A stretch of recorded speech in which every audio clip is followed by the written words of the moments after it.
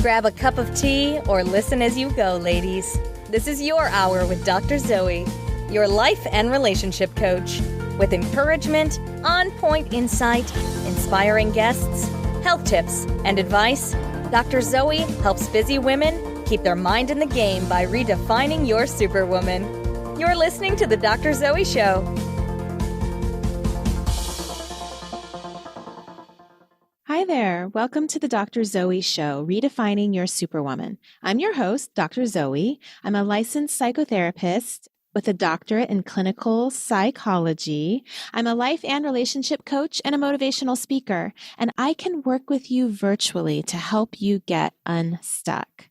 My passion is helping women find their superpower, learn to embrace it, and share it with the world. Connect with me by texting the word JOIN to 38470 or go to my website at drzoeshaw.com. Today's topic is the one question you need to ask yourself to stay present. And my guest is Kevin Murphy. He's the author of The 3 Rooms, Change Your Thoughts, Change Your Life. And I'm just going to introduce Kevin real quickly, and then we'll hop into my fails and wins. Kevin Murphy is a former Wall Street managing director, high school and collegiate wrestling champion. He's a community activist. He's a speaker, coach, and he's the author of The 3 Rooms. And today we're going to really talk about how the things that you think, which I talk about a lot, affect your entire life. And Kevin's got an interesting concept of the 3 rooms. So my Superwoman win, I'm very excited to say that I've talked a little bit about this keynote speaker opportunity that I had, and it happened last weekend, and it went very well, and it's definitely a Superwoman win. Was really kind of overwhelmed by the amount of positive response I got from the speech that I gave. So it was a great win, professional win. My Superwoman fail, and as I think about this, I think of Shonda Rhimes, how she talks candidly about her experience being a mom and a highly, highly successful professional. She has said in her book that when she's killing it in one area, it usually means she's failing in another. And so I had a couple fails. I was so busy this past weekend and past week. I had the speaking engagement. My daughter had surgery. She's doing great. She had a birthday as well. And I had so much going on that I literally did not get a podcast done, in addition to a couple of other things that I just couldn't get to. And for my daughter's birthday, I totally was just winging it. We had just come off of the speaking engagement and her surgery. Her birthday was 2 days after her surgery, and I totally was just doing everything last moment. I didn't wrap her gifts. I bought them last moment, which is hilarious because I was talking with Darlene Brock about her book, Raising Great Girls, and we were talking about how nowadays moms have Amazon Prime, so we don't have to be at Walmart in the middle of the night shopping for our kids' Christmas or birthday gifts because we can just order them, which I always do. However, I didn't get to it in time, and Amazon Prime does take at least a day. And I was literally at Walmart in the middle of the night getting my daughter's birthday gift, and they didn't get wrapped. And, it was a interesting day. I did everything last moment. She wanted to go to the Long Beach Aquarium. We went. Took us a little while to get going, and everything I was just doing last minute. And I was judging myself so much because I was kind of thinking through the eyes of another mom who would judge me. Like, you don't have it together. This is your daughter's birthday. You're getting a late start, and you didn't even plan this beach aquarium thing, and you're paying full price for these aquarium tickets. And I was kind of just beating myself up about the whole day. And at the end of the day, before we had even gotten home to open her presents that I hadn't wrapped yet, my daughter looked at me and she said, "Mom, this is the best birthday ever." And it kind of hit me because I looked at her and I was thinking, I was seeing this whole day through my lens of I didn't do it perfectly or on time enough. And I sat for a moment and looked at this day through my daughter's lens. And she had an amazing day. She did exactly what she asked to do. She had got to relax in the morning while mom got everything together. We went to the aquarium. We went to Bubba Gump's and she had a great lunch and she got to touch sharks and anemones and starfish. And she got to see things she hadn't seen before because another thing I was beating myself up about, it's been 4 years since we went to the aquarium, but she had a fantastic day and she hadn't even opened her presents and already told me it was the best birthday ever. It just kind of, made me hit myself over the head again. Like, you know what? You're not going to be like other moms because you are super busy. But you know what? You rocked it. You got it together, girl. And you gave this girl her birthday. And instead of beating yourself up all day about it, just enjoy it and see this through her lens. Because she's not going to remember all the stress that I went through because she didn't go through it. She just remembers that she had a wonderful day. So that was my fail, was that I did kind of drop the ball on a couple of things. But my win was that I was actually able to reframe that and see it through a different lens. And that's why I like to share those fails with you guys so that you can also learn to reframe your fails because we learn from them. And if we can see them through that different lens, it makes a world of difference. So next up is Kevin Murphy. We are going to chat about being present and really about how your thoughts change and affect your life.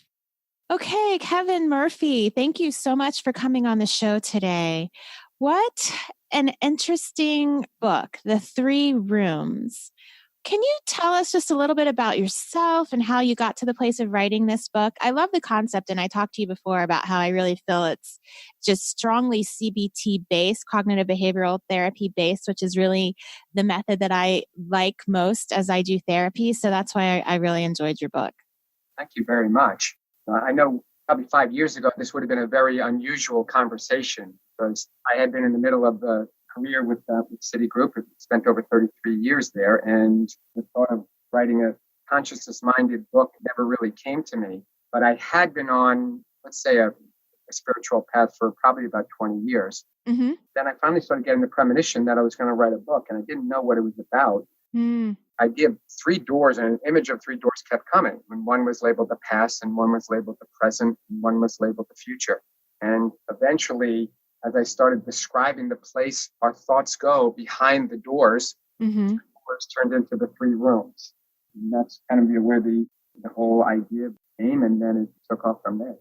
That's awesome. And I love that metaphor, just that mind picture. And so for all you busy women out there, if you think about that concept of the 3 doors, the past, the present, and the future, where, of course, do we need to stay? And it's so hard to stay.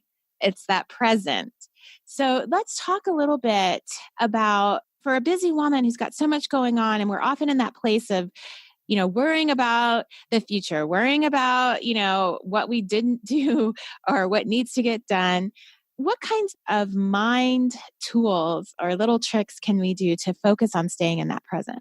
Well, the number one key is awareness. Mm-hmm. The whole premise of the 3 rooms is that our experience of life is not based on what we have or what we think. Mm-hmm. And our thoughts can only be in one of 3 places. They can be in the past or the present or the future. Mm-hmm. Whichever room our thoughts are in or wherever they are determines our experience of life in that moment. So the key is to know where your thoughts are. And so there's always a link too to where your thoughts are and how you feel. Right. So worrying about something, thinking about something in the future, people say, well, you can't always be in the present because you have to plan for the future. We learn from the past, so you have to go back and forth. And that's true. But the key is knowing which room you're in, knowing where your thoughts are, and we do that by how we feel. So if you're feeling stress and we're going through these, everyday life and all kinds of things are coming up and we start worrying about things, when we're feeling stress, that's our indication that we're in the wrong room or we need to adjust, what we're thinking. And just like if we're thinking things in the past and we're feeling bitter about something or angry with, what someone said to us, 2 days ago, Mm-hmm. those negative emotions, people say, well, how do I let it go? Well, the first thing is you have to be aware that you're feeling negative emotions in order to start to let it go. Right. I think most people, and I should say, I know that most people are completely unaware of what they think. And that's one of the things that I love to do in therapy is to just get people to figure out what they're thinking and what they're saying to themselves. And they'll come back and they'll say, wow, I didn't even realize I was saying that to myself all day long or, every day. And when we start to really focus on figuring out what you're saying to yourself, then we can figure out what we need to say to ourselves to create really the emotional place that we want to be in our lives. And you hit something really on the button with what we say to ourselves, because thoughts, it's so critical to monitor them. We all know how important it is, and yet usually do such a terrible job at it.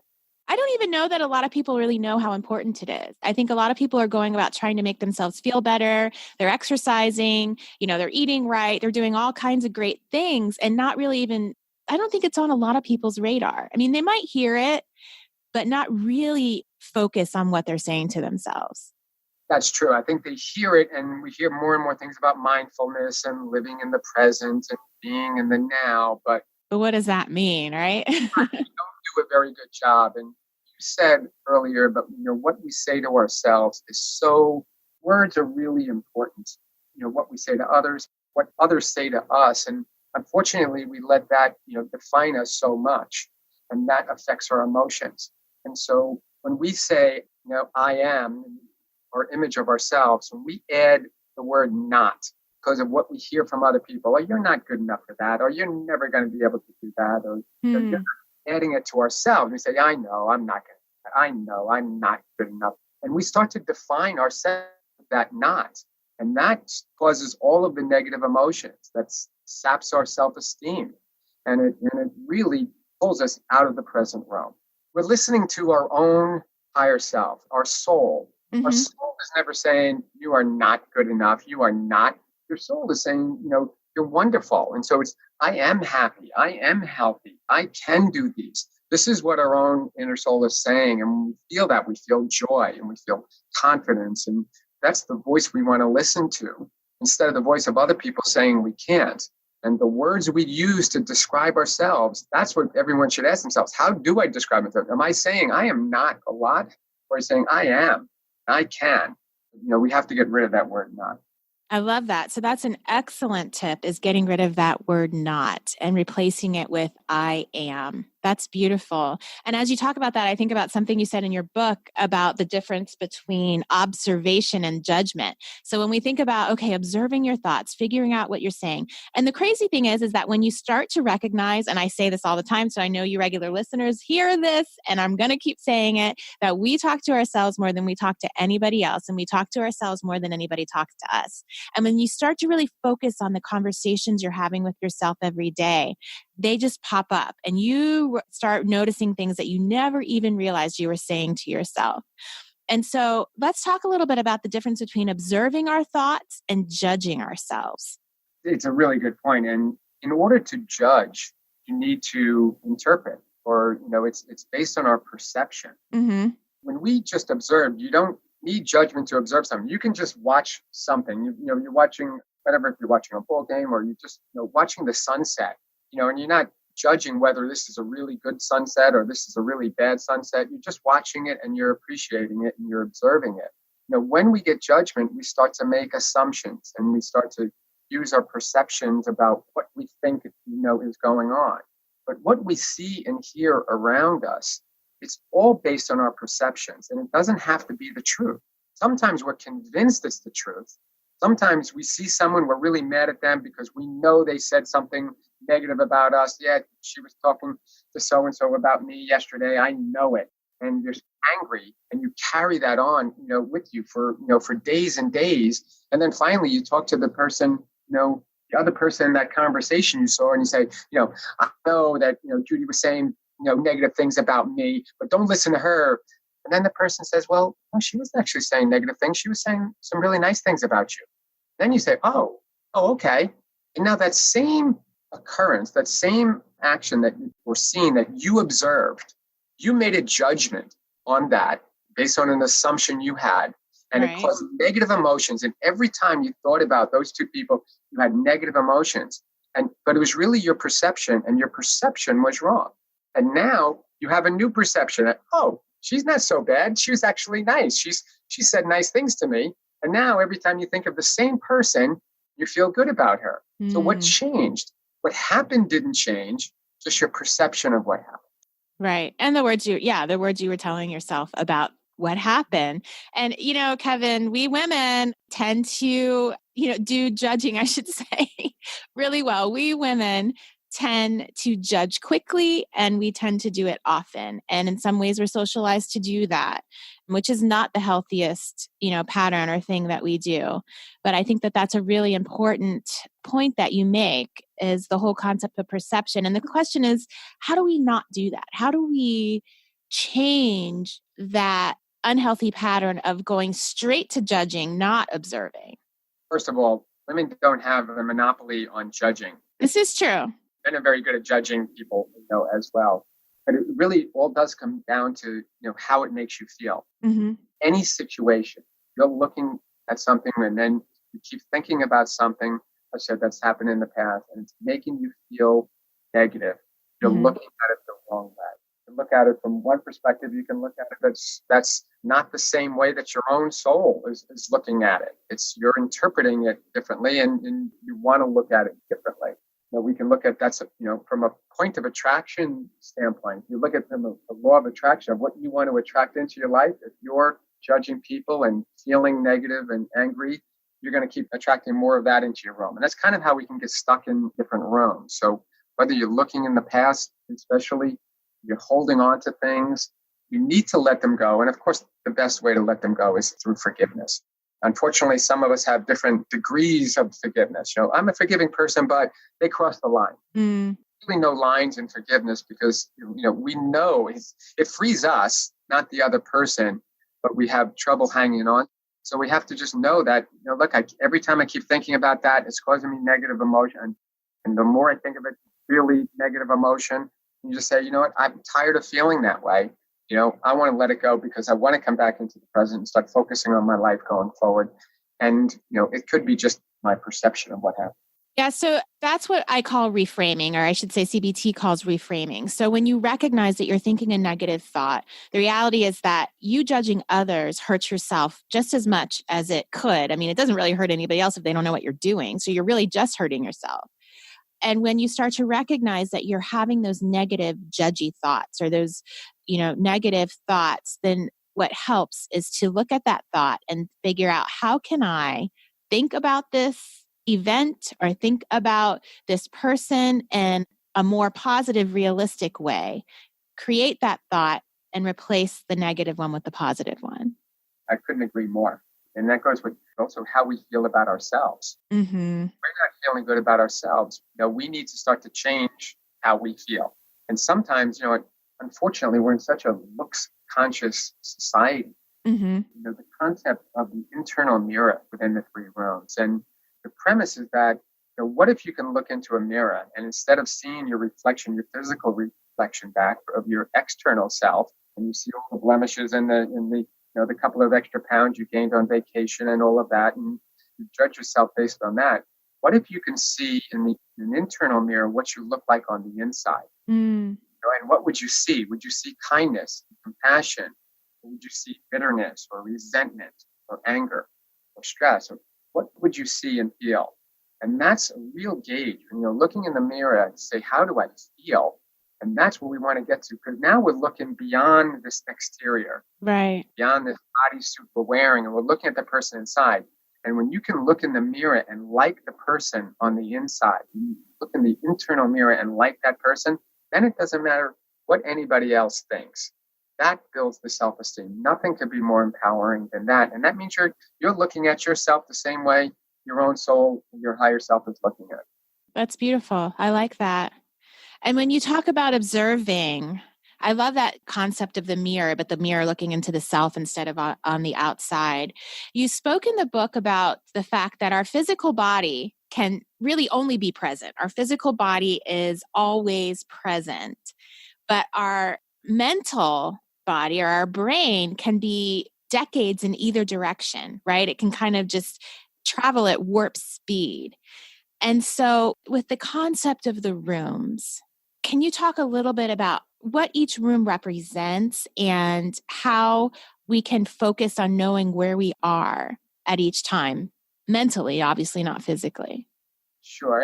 Because it goes with the classic line of, who am I? And when people saying, who am I? They're not talking about the I that everybody else sees. They're talking about the I that on the inside that they can see. Mm-hmm. Question, where am I, means where are my thoughts? Because if you say, where am I? You're not saying, where's my body? Look down at your feet and you'll know where you are. You're right here. But our thoughts can constantly go back and forth. And so when they're looking into the past, it's fine to be calling positive past experiences. Intentionally looking to the past to remember something, how we did something, to learn from the past. Intentionally going to the past is fine. But when we're going back there and reliving negative emotions, that's what we call the past room. And that's where you don't want to be going back. Because your own soul's never going back there. It's always right here in the present and going into the future. Instead of looking to the future and stressing about the future and worrying about things and thinking of worst case scenarios, we can imagine the type of future that we want, or we can imagine achieving a desire that we have. And what would it be like to have achieved that? How would that feel? And come from the place that it's already done. Now you're looking into the future and you're thinking about the future, but you're doing it from right here. And you're imagining the best case scenario. And when you do that, when you start to imagine that as if it's already happened, now we start to feel really good about it. We talked about earlier, losing the word not, or the I am not good enough, I am not. If you replace that word with already, I already am, it's so empowering because you're envisioning a future where you've already accomplished something. I don't want to be happy. I already am happy. I already am healthy. You're coming from the place of it happening, and then everything in your life keeps moving you towards that. And even if something hasn't manifested in your life yet, you come with your thoughts and you really think and feel about I'm already have achieved that. It's really, really empowering. And that's why it's so important in the present moment. It is. That is super empowering. And that's a fantastic exercise. And so basically, as you start to observe your thoughts, figure out, yes, I have them, and there are probably a lot of negative ones there. One of the first questions you want to ask is, where am I? Am I in a past room, a present room, or a future room? And then when you do that, work on reframing any of those negative thoughts. And then I love what you said about saying, I am already, when you're talking about the future. That's beautiful. Excellent exercise. Think about it, just the ability to answer the question, where am I? Where are my thoughts? Which room am I in? In order to answer that simple question, you must be aware of where your thoughts are. Right. So you have already connected with that awareness or that consciousness that is the same consciousness that everyone else is connected to. That's what we want to tap into. That allows us to observe without judgment. That's the consciousness. So the simple asking and answering the question, where am I or which room am I in? You have to be aware of your thoughts. That's something that we can ask all day, every day. Excellent. So tell me, how has this practice affected your life? I keep getting the messages, well, you wrote the book, now live it. So I do. Every morning I meditate. I center myself in the present room. And I think a lot of people meditate in the morning, but then as soon as you go out into the day and you're driving your car and someone cuts you off and spill your coffee, you get all mad and and you just kind of away. So I'm constantly asking that question all day long. Where am I? What room am I in? And I'm constantly visioning the future. And I started a vision board because my son said, Dad, you should have a vision board. I know you think about things. And I put them up there. And I really do come from that place as if they've already happened. So it's just like with the book.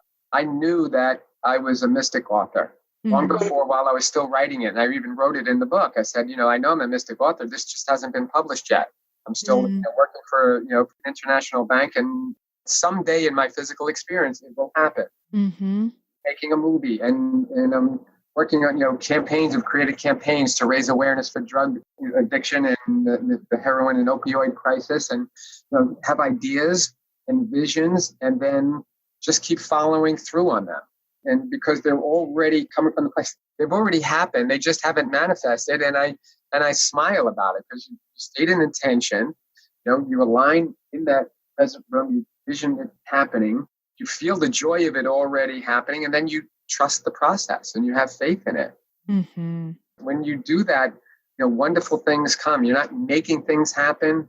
You're allowing them to happen because you're coming from the place as if they've already happened. Right. I love that concept. Thank you so much for sharing that and teaching that to us, Kevin. Is there any last thing that you want to share with my listeners regarding your book and the whole concept of the 3 rooms? The main message is that we do have control over how we feel. Mm-hmm. It all depends on whether we let what we see and hear in the physical world determine how we feel inside, or whether we let how we feel inside determine what we see and hear. So start with how we feel inside. Focus on positive thoughts, focus on gratitude, focus on appreciation, and that will really allow us to change our experience of life. Thank you so much. What a wonderful, different kind of way of looking at CBT, but that's going to be my new mantra. Question, where am I? And then affirmation is I am already. Thank you so much for joining us, Kevin. Thank you so much for having me on. This is Real Talk, where I answer questions from my listeners and share my own musings and encouragement. Please reach out if you have some questions you'd like me to address on the show, and all questions are anonymous. I take your confidentiality super seriously, as if you were my own client. You can email questions to zoe@drzoeshaw.com or connect with me on any of my social medias. This question coming up was curated from my column at the Grit and Grace Project. You can also submit your questions directly to Grit and Grace Project, and I can answer them on their platform and mine as well. So the question from the listener is, I have been asked by several of my girlfriends who have watched me struggle and somehow survive, how do you deal with disappointment? One of the largest weaknesses I have is how sensitive I am to other people and their inability to step up and be better people, be better adults, better community members, better friends, better family, better employees, better leaders, better parents, and better partners. I want nothing more than for all of us to strive for better character.